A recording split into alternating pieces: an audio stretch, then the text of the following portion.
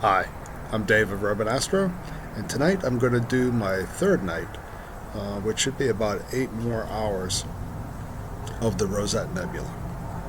Well, I'm launched here into my Astro PC, and like I said, this is my third night.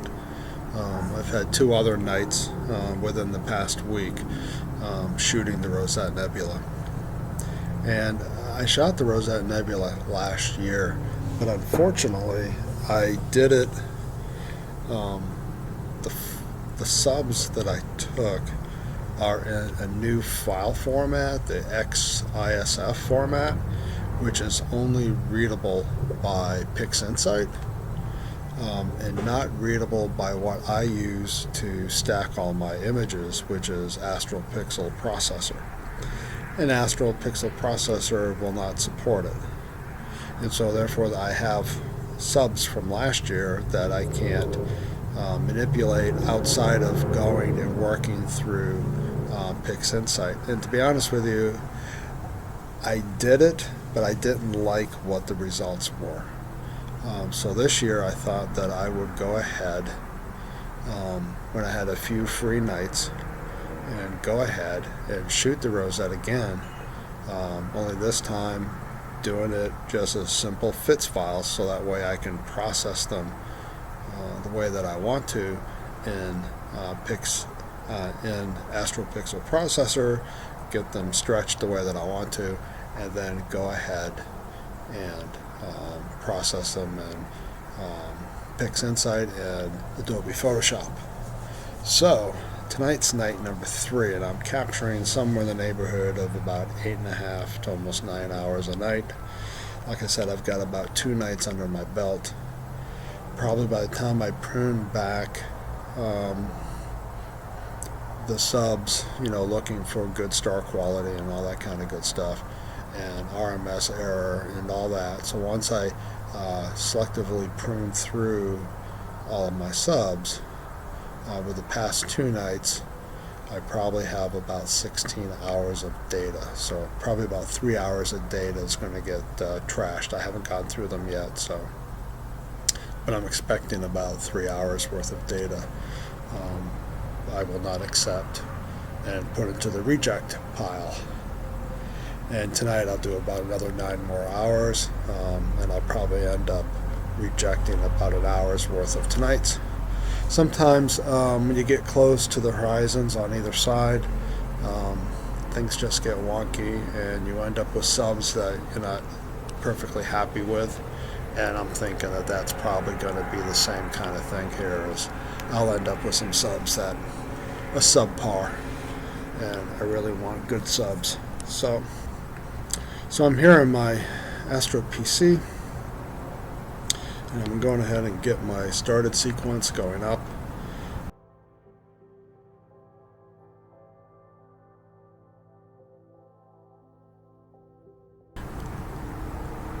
See, so I mean, it's not even going to come up where I can photograph it until about 7:30.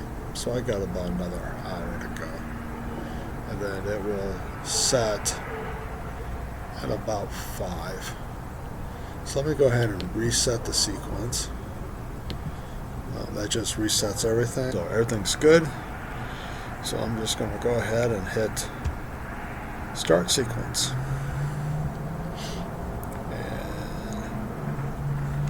Basically, that will be it. Okay, just to kind of show you in a neat kind of way, this is a map put together by a Pablo Carlos Budassi. There we go. Pablo Carlos Budassi. This is a great map. This is the Milky Way, and this is a map of the Milky Way, and you can see certain objects here listed here. But what I thought would be interesting, just to kind of understand what it is that I'm photographing tonight, here we are right here. Right here is the sun, right here. And you can see the Pleiades is fairly close, and the Orion Nebula is actually pretty close. And right here is the Sagittarius arm. And we're actually kind of part of the Sagittarius arm, but there's a little spur that comes off, and it's called the Orion spur. And it basically, it's like a shortcut, if you will, from the Sagittarius arm, which is this arm right here, and the Perseus arm, which is right here. And what I'm photographing tonight is the Rosette Nebula, which is actually in the next arm. It's in the Perseus arm, so it's actually over from us. And like I say, we're just off of the Sagittarius arm on a little spur called the Orion spur. And you can see the spur coming down right here. You can see the spur right there. So it's kind of like a little additional kind of arm there, kind of forming off of the Sagittarius arm. Right here's the Sagittarius arm. Here's the Sagittarius arm, right there. And we're just south of that in this little Orion spur. It's a little area of star development. And then right across from us is the next arm, which is the Perseus arm, and that's where the Rosette Nebula is, and that's what I'm photographing tonight. So basically from the sun to about here, this ring right here is about 15 kilo light years, or 15,000 light years. So if we're right here, then basically the Rosette is probably about 7 to 8 thousand light years away.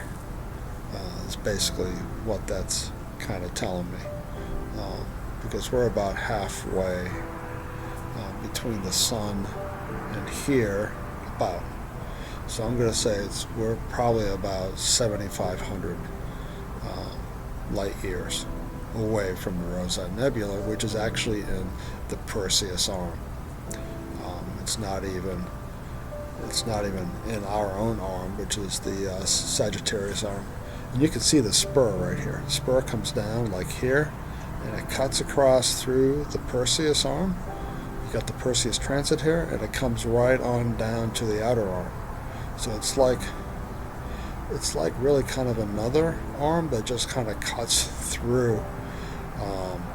It cuts through the Perseus arm, and it cuts through the Norma, or the outer arm, which is kind of interesting. So anyways, here's where we are, the sun, and this is what I'm photographing tonight, the Rosette Nebula.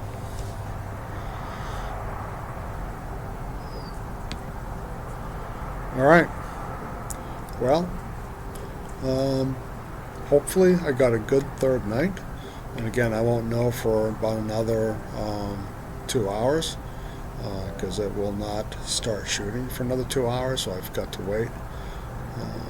And I'll come out here at 9 just to make sure that everything kicked off and everything is looking good, but I suspect that everything's going to be just fine. And hopefully, if I got a decent image, you'll see it right after this. So thanks for watching, and as always, clear skies and happy guiding.